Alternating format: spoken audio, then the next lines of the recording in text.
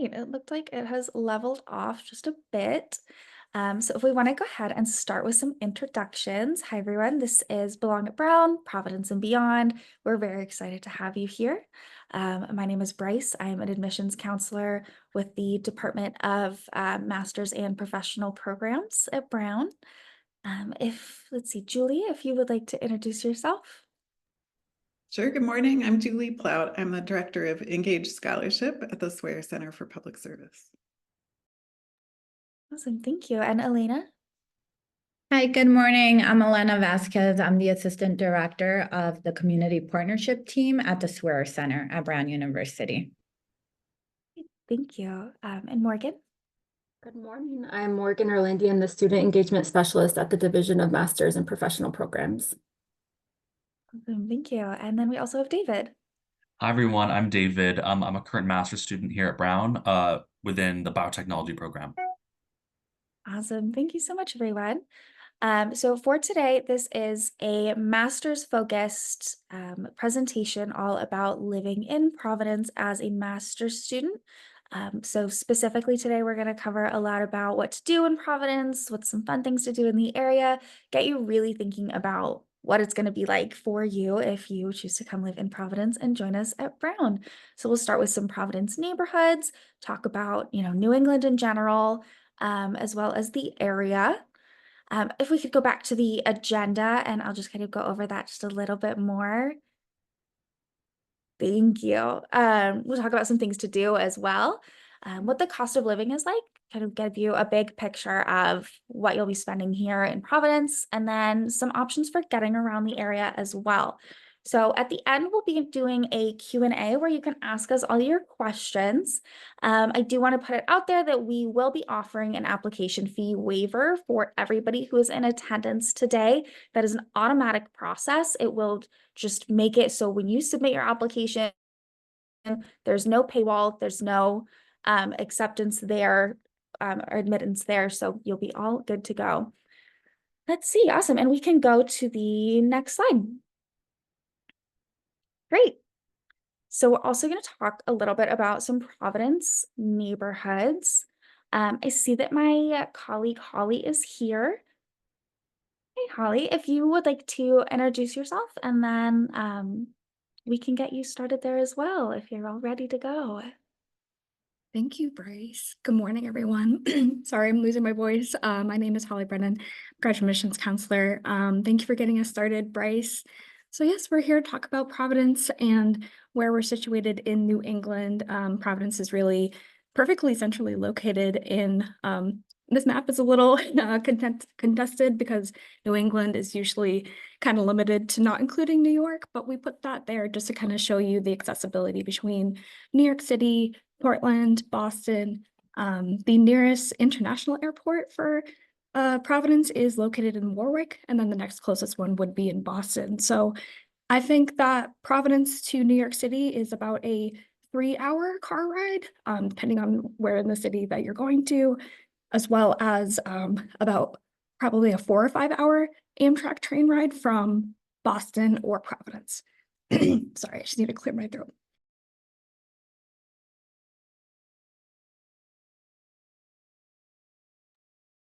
So yes, I think that we can probably go to the next slide to go into more of the surrounding neighborhoods of Providence. So Providence, again, is pretty small. It is deceiving. I think it's only about 20 square miles, which means from the very bottom of South Elmwood neighborhood that you see on the map here on the bottom to the very top of Charles is really about, I think, a 10-mile radius. So where we're centrally located on College Hill or in the Jewelry District is all really walkable, accessible. The main neighborhoods that we see here are where a lot of our undergraduates and graduate students end up because it is within walking distance of campus. However, and as well as you see the lines that our Rhode Island public transportation system bisects through. So some of the most centrally located and also accessible neighborhoods are College Hill, Fox Point, Wayland Square. But I'll say that just outside of those areas are still really accessible to campus and through like Lyft or Uber, especially through the bus line or through the Brown Express shuttle that we'll actually get into a little later in this presentation. But yes, between Fox Point and College Hill is really about a mile. Where we're located in the Juilliard district, technically the furthest point from the center of campus, but that is only about a 10 or 15-minute walk. So between buses, lifts, Ubers, bikes, it's really it's kind of a inside joke, I think, in Rhode Island that everything is about 10 or 15 minutes away, and if it's beyond that, it's too far. So I've definitely lived in cities where 10 or 15 minutes just gets you a couple blocks or it gets you a couple train rides, and you still have a long way to go, which is just not the case, thankfully, with Providence. So makes it really convenient, especially for international students who might not have a car, who don't want to rely on either buying one or parking and keeping it somewhere. So yeah, I think we can start going into the next slide. And we're gonna actually pass it off to our Swearer Center. Hi, everyone. So the Swearer Center is our hub on campus for community engagement. We help steward many partnerships and relationships with the community. A lot of what we do is work with a lot of the neighborhoods that were mentioned, but as well, I would like to highlight neighboring neighborhoods like Pawtucket, Central Falls, and Olneyville. There are cities right next to Providence and campus that are, again, about 10 to 20 minutes away, depending how you're traveling.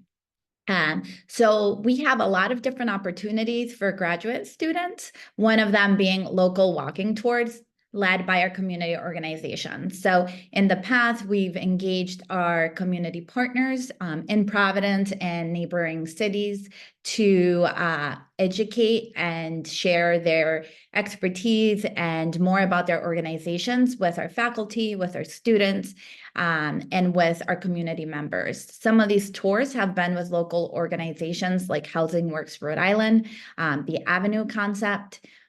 We've had an Olneyville tour. And we've also engaged many other organizations with different issue areas that advocate for different things that help the state. Another way that you can get engaged in Providence and Rhode Island is by going to our community engagement platform. We're calling it Brown Engage. So it's brownengage.brown.edu. Here, all our community organizations in Providence and Rhode Island are able to list any opportunities that they have, both for graduate students, and you can get involved as much or as little as you are available, and you can connect directly with them on the platform. The organization share their contact information and a description of their opportunity. And there are many opportunities varying from data entry to data projects to just volunteering a couple hours a week. So it is completely up to you how involved you want to get. We also have civic engagement workshops, usually in the spring semester, so around February or March. These are a series of workshops and lectures and, again, walking tours. They take different forms, but it's essentially a space where we invite graduate students, undergraduate students, community members, again, community organizations, faculty, and staff to come together and learn from each other, to be able to take action on different areas that we want people to focus on for the state. So this is another opportunity where, again, you can network, but also continue learning about the work that Rhode Island is trying to do. And I will pass it on to my colleague, Julie Plout. Thanks, Elena. And I would just underscore, I think the graduate students that we end up working with, even if they're here just for a one-year master's program, have really appreciated getting involved with community organizations because it helps them feel like they belong and they know more people, they're seeing more of the community. In addition to the campus, Brown is an interesting campus and being quite integrated with the community. Lots of lots of offices are in houses, so you can't always tell the difference. And we're also the state capital, so there's a lot of advocacy and organizing work for folks who are interested in policy, as well as kind of direct service or research that's connected to community priorities. And so on that note, in terms of opportunities that are connected to your academic interests or related to employment, we have several programs that are open to master's students. We have a Royce Graduate Fellowship, which supports students who are conducting community engaged research as part of their academic program. I believe it's a $5,000 award that can be used in any way that students are interested. We also have engaged research mini grants, which are $500 for expenses such as paying community-based participants in research. We have paid graduate assistantships at SWARE, which vary in their focus. They are sometimes working with undergraduate student programs. So the students are advising and mentoring and supporting, sometimes running application processes. Sometimes they're more focused on community partnerships, on technology, on doing data and evaluation projects with community organizations. It's a wide range, but definitely something that we have a lot of students from different master's programs. So we've had MPH students, we've had MAT students, we've had data science students, so a wide range of students engaged with that. We also have some annual student awards, and one of them is an annual Engaged Scholarship Award specifically for graduate students, so it could be master's or PhD students. And we would suggest, if you're interested, if you end up coming to Brown and want to know more, we do have several newsletters focused on different audiences that anyone is welcome to subscribe to, online information, and we're always happy to answer questions today or beyond. So that's it for me. You can go on to the next slide. Thank you, Julie. Thank you, Elena. I am gonna start to pivot into, and I think that's a perfect segue into just a larger conversation about what to do in the area of Providence, both connected to Brown and also what's available just through the city and also through local organizations. So if we want to go to the next slide, we can look at one of our most popular topics of what to eat in Providence. It is quite a diverse and integrative city in that way, where there are a number of different restaurants of all cultures, of all backgrounds.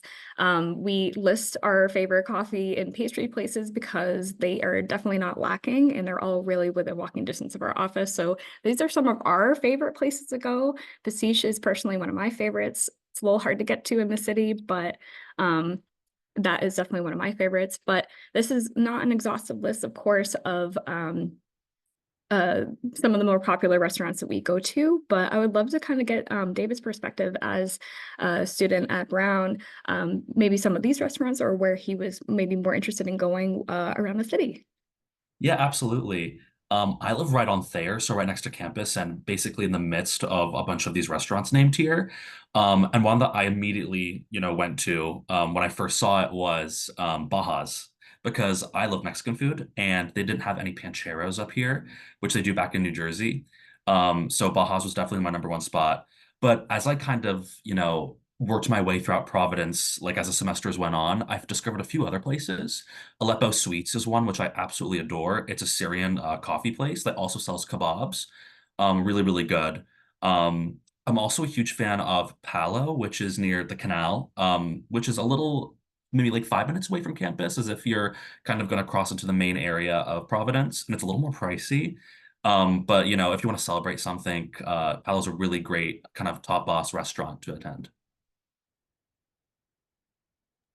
Thank you for that insight. Yes, being on Thayer Street is probably the most ideal placement that you can find for housing, especially for food and also just being so close to campus. Morgan, I would love to kind of get your opinion on maybe some of these restaurants or maybe other areas around that maybe aren't listed here. Sure. So yeah, Providence is surprisingly a really wonderful place for food, despite being such a small city. I never really gave it much credit, having lived just right down the road in Boston. I didn't go to Providence very often, but now that I live here, I think it has a very good food scene, especially for vegetarians like me. One of my favorite places to go is Wildflower Cafe. And it's completely vegan. There's all kinds of great options. They do like house-made syrups and like fancy lattes and things like that. So it's a really nice place to go if you go to the farmer's market and grab like a coffee and a treat after, or if you're meeting friends, if you need somewhere to study or work on a paper. It has like a really nice sort of ambiance to it, and I can eat everything there. I don't have to kind of like scour a menu or anything. So that's probably one of my favorite places. And the farmer's market wildflower combination on a Saturday morning is 10 out of 10 for me, and one of my favorite things to do in Providence in the summer. Yeah, that sounds like a perfect morning, ideal morning routine right there. I think we can go to the next slide and start going into a larger kind of context of what to do around the area other than just eat. Definitely it's possible. There's, again, not an exhaustive list of activities of some of the main areas, honestly, in Providence that get its name, like the river, Providence River, India Point Park, Roger Williams Zoo, which is also really just a large park that you can go frisbeeing in, you can walk, there's the water, you can feed some birds, there's also a Japanese art garden right in the middle there. Prospect Terrace, that is one of my favorite places to actually watch the sunset over the city, so you can see the Capitol, and it's on this little hill, so as big as Providence is, I think it's probably one of the biggest hills, about 200 feet elevation, but it is really beautiful, and it's a quiet place to read, and also, yeah, just kind of take in nature around Providence. I'm definitely more of a nature-centered person, so not on this list actually is Lincoln Woods. Lincoln Woods is just north of the city. It's technically in Lincoln, not in Providence, but it is right on the RIPTA bus line. So if you're a more nature-centered kind of oriented person like myself, there is an abundance of areas to engage in that. As far as like entertainment goes outside of the city, you know, Waterfire gets a huge crowd really every night that we host it. Just last week I was trying to cut through Providence. I forgot that Waterfire was going, deadlocked traffic, but it was beautiful. But yeah, that's like one of those times where they block off streets, people can kind of gather and roam, and yeah, it's just a really beautiful kind of community setting. Morgan actually mentioned farmers markets near Wildflower, which is where in Pawtucket, I believe. Yes, in Pawtucket. And there is actually a farmer's market that is happening throughout the summer across from our building in the Jewelry District, Drayton District Park.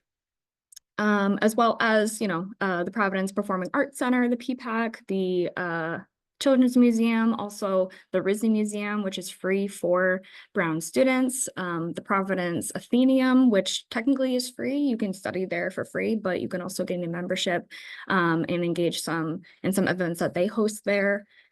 And then more specifically with the Brown community, which Morgan does a lot of really great work in programming and initiatives for our graduate students. So I'm going to get her opinion here in a second. But our Brown community also, if you didn't want to even step foot off campus, there is an abundance of opportunity to either get involved like with the Swearer Center, with Graduate Student Union, with the Grad Center and Graduate Student Council. We host other sessions where we kind of go more in depth about you know, student belonging groups, the organizations and clubs that you can go through Brown, and also as a graduate student that is specific to graduate students. A lot of these events are posted either through your department, they're posted through this mass kind of newsletter that we host every day called Today at Brown. As a student, that's just an email that you get every day. It is also our main university communication kind of system. So we get information about maybe new opportunities for employment, or maybe some volunteer or raffle or giveaways that we do. So Events at Brown is really our hub for departmental unit, also university-wide events. And yeah, I want to get now Morgan's opinion about maybe some of her program that she's been working with students in the past year and what to look forward in the next year. Sure. So my role at Brown is really focused on orienting master students to Brown and cultivating a sense of community and belonging. Our master students are usually only here for 1 or 2 years, sometimes 3 years, and that's a really short time to move to Providence from another city or another part of the country or a different country in itself, and sort of learn where to find places that you feel comfortable in at home and engage with the community. So I try to create opportunities for students to do that. We start with orientation usually in the fall, and departments will often hold orienting programs and schedules at different times in the year, but we meet students there and then we hit the ground running. We offer usually monthly programming for master students, but this month, for example, in October, we have a whole wellness series for students. So I schedule and create opportunities for students to engage in opportunities that are free for them to take care of themselves. So this month we've had everything from acupuncture and sound baths to free yoga and bar classes to free nourishing meals with the graduate student community. And we offer those on campus, down at our offices in the Jewelry District, on the main campus, and in the Providence community. Throughout the year, we have other opportunities to bring graduate students together outside of their academic units.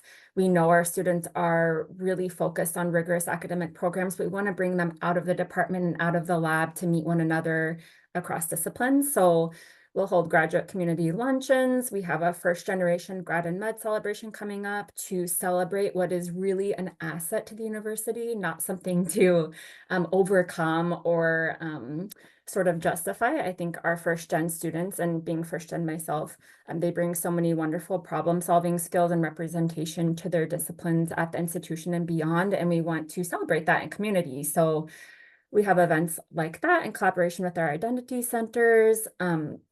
We have opportunities for our graduate student parent and caregivers to come together. As a fellow toddler mom, I know it can be hard to move somewhere for a short time and meet other families, and that community can be really important when you're also navigating parenthood in a graduate program. We've done things like a meetup at the Providence Children's Museum. We also have opportunities for our students to engage in activities that are centered on well, one that we have coming up that's really exciting is networking without alcohol. So we're looking at how can we bring graduate students together in ways that doesn't involve substances. And we're finding a lot of students are interested in connecting without substances or without the activity being drinking. So we're creating more opportunities for students to come together in community across disciplines that are structured, that aren't centered on alcohol. We'll have a networking event in November, and we'll talk about strategies for networking without alcohol. We'll have some very, very good non-alcoholic options for mixed drinks, which I'm really excited about. And we'll talk about some of the advantages for like wellness and well-being and how you can be more effective sometimes without alcohol for students who are interested in that. So it's kind of all over the place. A lot of our programs are in collaboration with graduate student organizations, our identity centers, and other campus partners. We worked really closely this semester with graduate students of color in STEM, women in physics, and out in STEM on a STEM networking event where students can connect with faculty and identify advisors and faculty to work with in rotations in the life and physical sciences. So we're always looking at different ways to sort of identify what students' needs are outside of their academic programs and then address that through programming, community building opportunities. So it's quite broad, and I'm always open to hearing from students if they have any ideas for things they like to see on campus that don't already exist. And we also share out all of the wonderful work and programs that our campus partners and collaborators are doing within Brown. So we have like a disability justice group. I'm not active in that group, but we're always sharing like their wonderful work and opportunities for students to hear from lecturers and researchers in the field and from students who are doing advocacy work. There's all kinds of wonderful orgs on campus like that we try to sort of organize those opportunities in our master student newsletter so that you all can learn about them and attend things of interest. Or being a graduate student, it's a great time to explore like your intersectional identities and how those sort of like fit together and try on different ones and kind of feel out like where you sort of fit. So that's sort of like a high level picture of what I do. It's quite broad, but a lot going on campus, really exciting. Thank you so much, Morgan. Yeah, there's so much wisdom in what you just shared there, and a lot of that I want to kind of go off with before I go over to David and see if he's kind of engaged in any of your programming or any of the kind of, like you said, intersectional identity groups that we have. It's really important that we focus on things to do in the area because, especially as graduate students who might be a little older, they have families, they are a little bit more established in society. This programming really is catered towards exactly what you are looking for and what you need. And I think that's one of my favorite parts of what Morgan does in her work is that it is really creative, it's dynamic, it's looking at what our students need and trying to meet them where they're at. So instead of trying to provide opportunities that might not be inclusive or might not be fitting for the community that is trying to serve, I love that it's just kind of always being reflected on and saying, how can we do this better? Where can we do things differently? So I think even, I don't think this was mentioned, but even in the last year, if you don't see a community that you fit in with, or you don't see events that you want to see at Graduate Student Council, you can become involved there. You can also start your own group, club, or organization, which I think is amazing. That would have to go be approved through Graduate Student Council, but there are new ones literally starting every year. No joke. I think that the graduate there was an outdoor, I forget the acronym now, but there was an outdoor leadership program that was actually created by a graduate student, and it gained a lot of traction. So they were able to find the funding to remove cost as a barrier, to start going to other areas around Rhode Island, such as the beach or Newport or Jamestown. So there's an opportunity there that a student said, hey, there's not a lot of people who are gathering in a group to go hiking or to go outside. And she created that group. So I think that is a really perfect example of, even if you're only here for a short period of time, being engaged in your larger community is going to enhance your experience, not only as a student, but also as a person. So Brown is a really collaborative environment. It's not, I think, as competitive as some of our Ivy League cousins, I'll say, because we really focus on belonging. We focus on wellness. And that's why a lot of our programming is kind of looking at, okay, maybe our students don't want to drink. They don't want to engage in the same things that undergraduate students do. So with that, I'll kind of get David's perspective on if he is involved in any of those clubs or organizations or events that Morgan has put on. There's always such a diverse array of events going on within Brown and outside of Brown, even just in the immediate area. That's always kind of fun to pick and choose from, and whatever matches your interest. I know I actually worked with Morgan on one of her events too, in a bar close to where Indian Point Park is. That was a really fun event with meeting some other master's students. Um, but this list, I've done a few of these things here too, and it's just really fun to kind of engage with them. For example, Roger Williams Park Zoo. I remember a few of my lab mates and we decided we were going to go, and a lot of us kind of have like difficult feelings towards zoos, because there's a lot of issues with how animals are treated.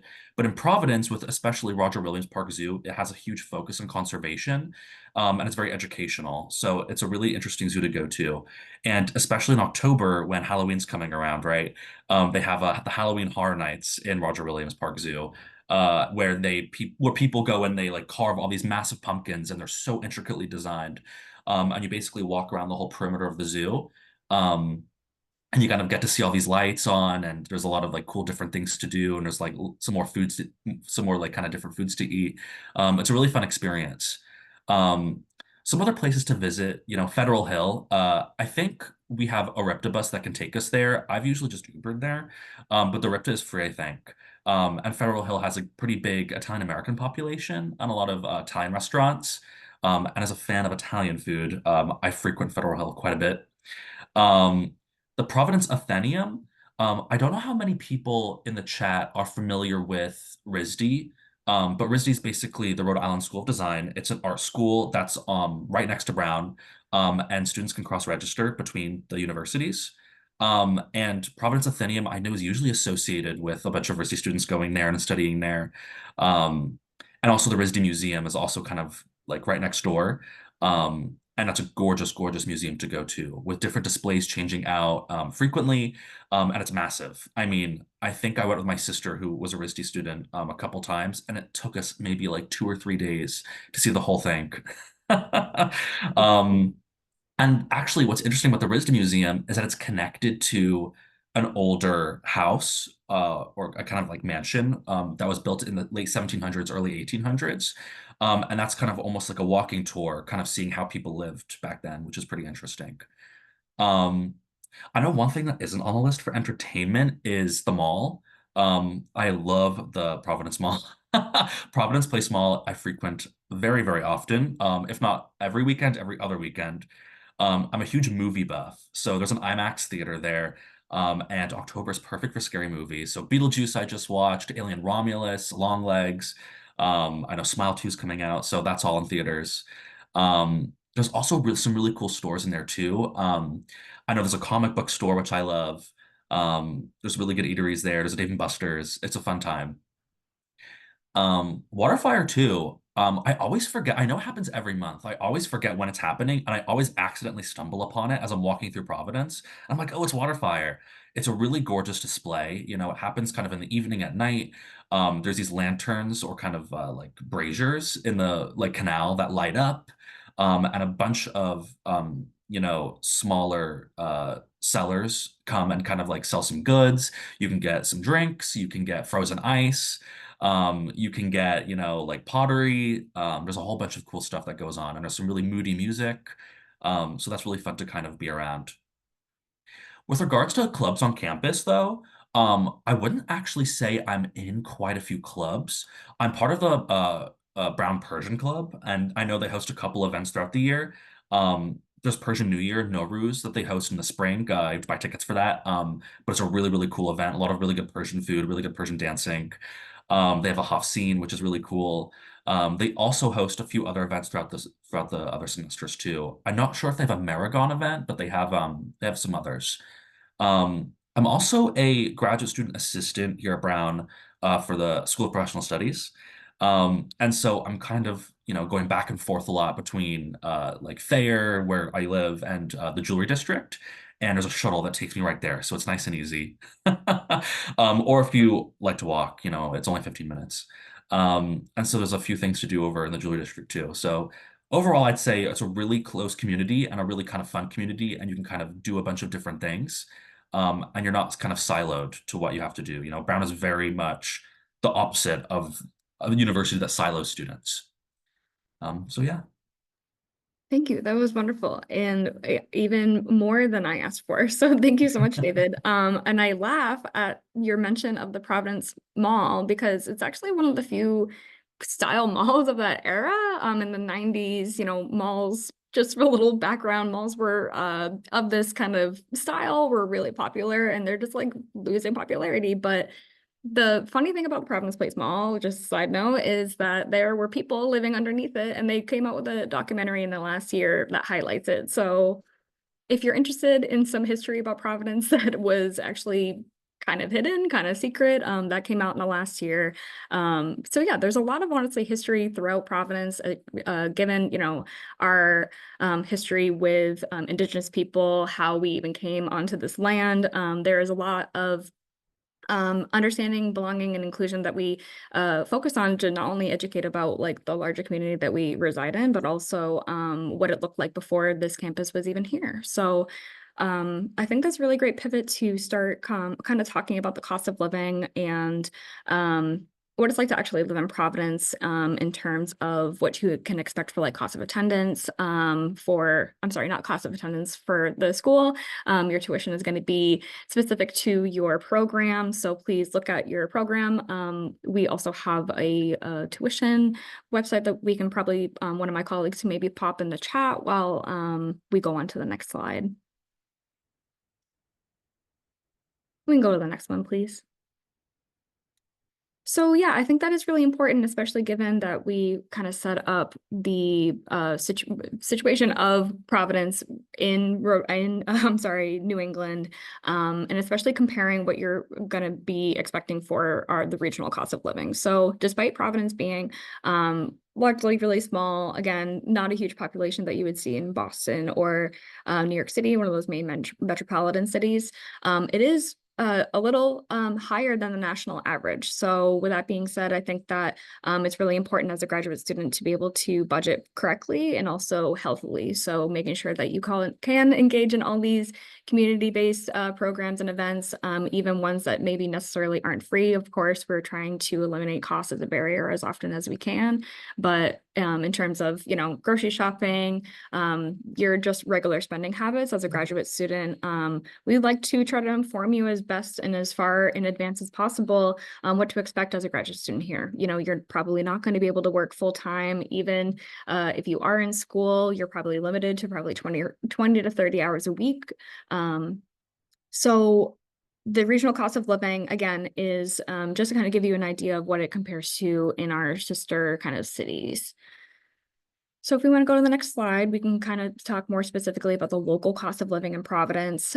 We had introduced these neighborhoods before. David was mentioning that he lives on Thayer Street, which is in the neighborhood of College Hill. College Hill is around, and all these neighborhoods are really around the same price, about $2,600 to $2,800 a month for a regular kind of rental that is, I think, based on a 2-bedroom.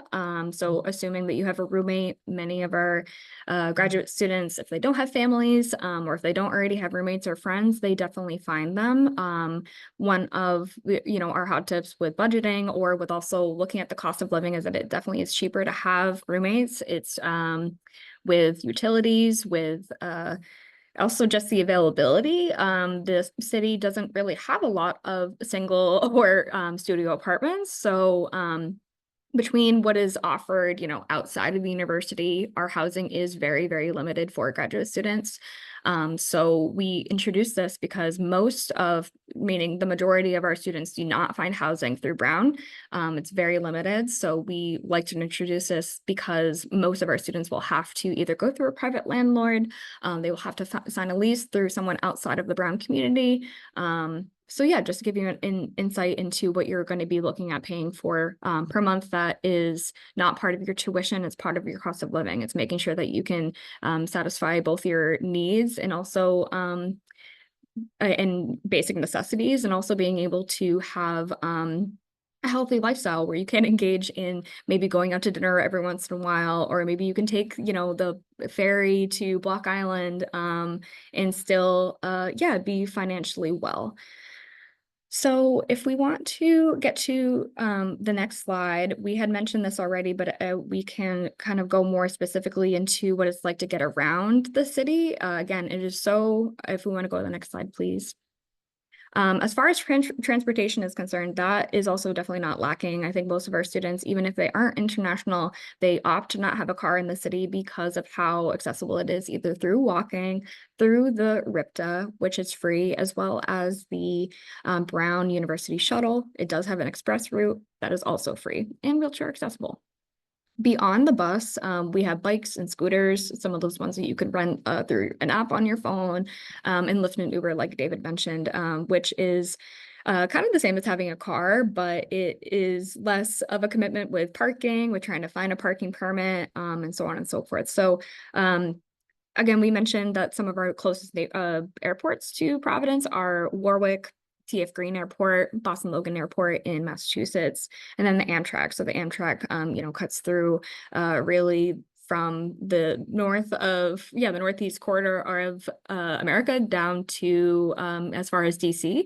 So really accessible, train routes that cut through the city and also go as far north as Portland, or as far south as DC.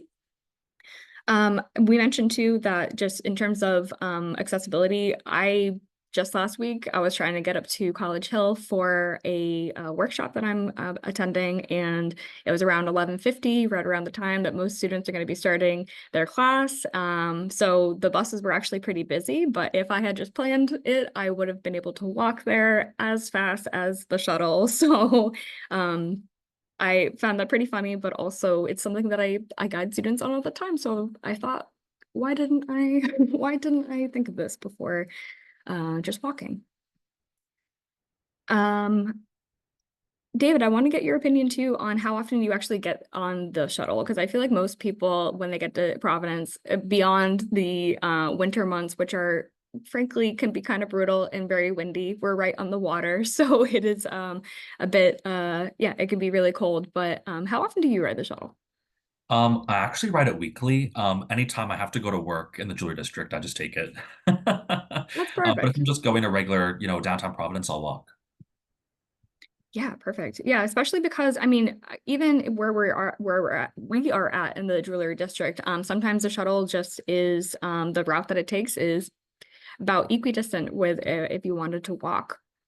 So I see that also just in the background there is a lot of questions, and I want to maybe start tackling them. So I think we can start with the Q&A. I know that we have a lot of questions about funding, about program specific. Unfortunately, we're not going to be able to really speak too much about program specific information right now. This is really a session that's focusing on what it's like to move to Providence, especially if you're not familiar with the area, especially if you're not familiar with America. Or if you've not traveled to Providence before, many of our students maybe don't have that opportunity. So I would love to maybe have some more questions maybe regarding all that we have talked about so far. So, from David's perspective as a current student, Morgan's perspective is working directly with programming, even Elena and Julie, we love to have them, collaborate and be a panel on this session. So please, if you have any questions for these individuals while we have them, I'd love to honor their time and collaboration here. So we still have a few minutes left, but if we don't have, questions for those individuals, I'll let them get back to their merry work days.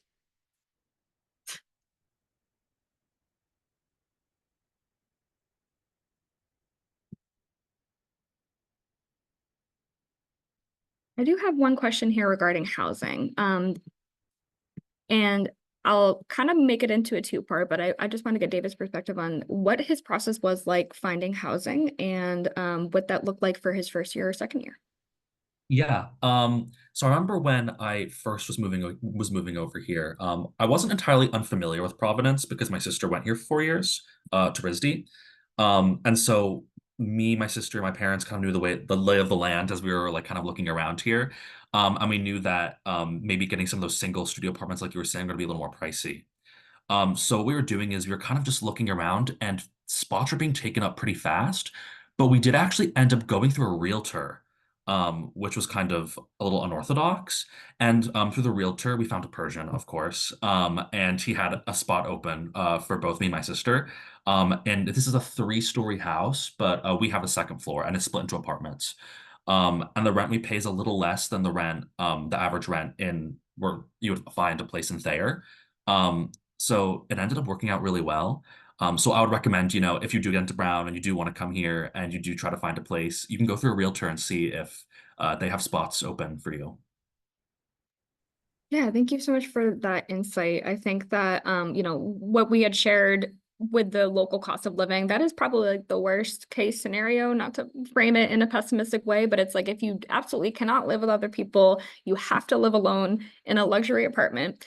That's what you're going to pay. But if you want to maybe, reconsider your necessities with living, that you don't mind living with other people, maybe in a smaller like apartment, there are definitely ways that you don't have to pay $2,500 a month. So I see a question here about, do students share apartments? Yes, all the time. Especially graduate students, you're not here for a long time. So it's not, it's a short-term kind of agreement that you make that eventually you'll be able to hopefully buy a house or maybe move on and never have to live with roommates again. But this is just a limited opportunity to make sure that you can also be financially well while you're attending Brown.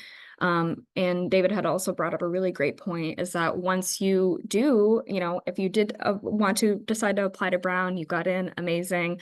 Starting that search as early as possible is key.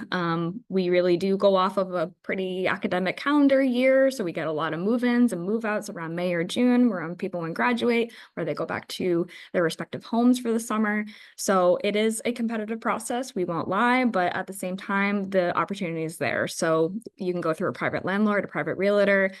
Sometimes you have to pay a fee, but you know that you're being taken care of, that your information's being protected, that you're not being taken advantage of. And, that's something that we would have to advise on no matter what city or what town that you might be trying to find an apartment in. But we understand, especially if you're coming to Brown and you haven't, or you're not familiar with the area, there's a lot that is to learn from the perspective of having not been there before, not going through that process.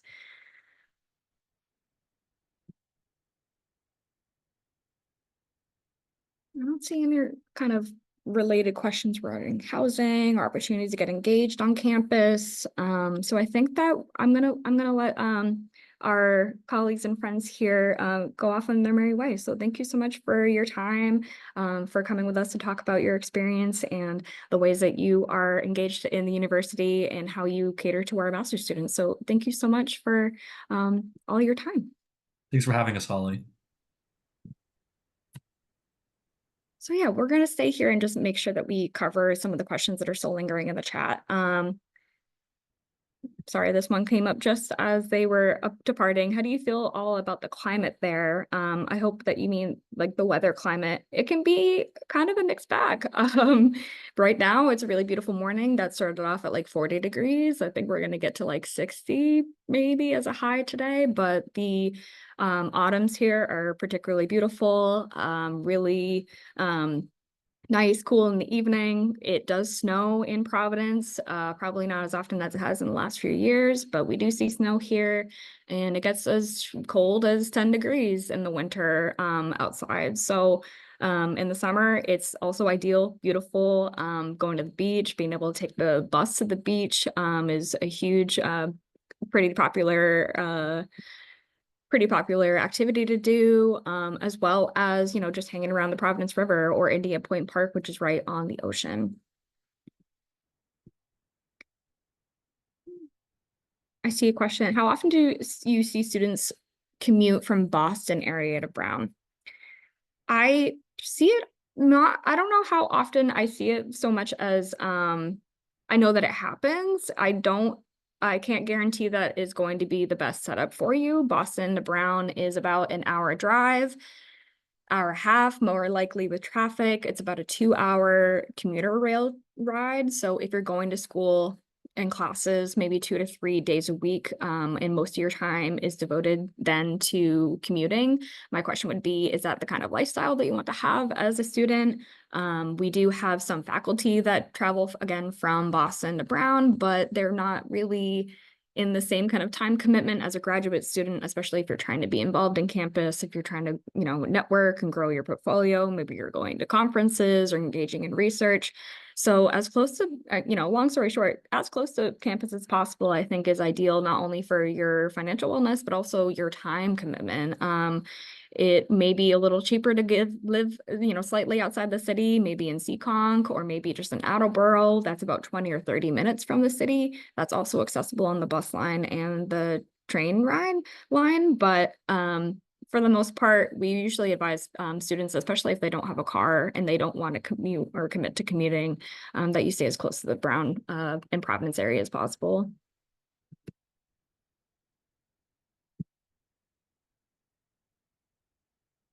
And just as a reiteration, all attendees for this session beyond our School of Public Health applicants will be receiving an application fee waiver for the session. It will automatically be applied if you use the email that you registered for the session for your application. It'll be automatically just synced. You do not need to do any extra step. If you have any problems, of course, you can always reach out to us and we will assist you, but you should be able to just automatically get that application fee waived. So that is for everyone and beyond our School of Public Health applicants. And one last question here that's more application based, but maybe it's worth just sharing with the group.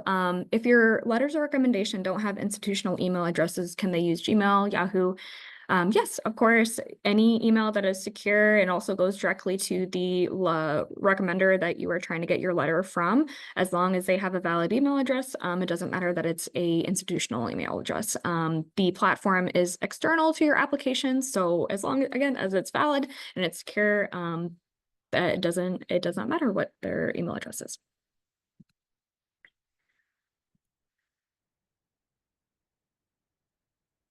For now, that looks like all the questions we've had in the Q&A. Thank you so much for everyone for joining us in this conversation and for asking questions. So please, if you have any concerns, questions, maybe ideas about the application that we didn't cover in this. Of course, we're kind of more focused on living in Providence and things to do around the area. We will have other sessions coming up regarding budgeting, housing, and also application office hours for if you have kind of more one-on-one questions about the application. So thank you everyone for joining, and take care.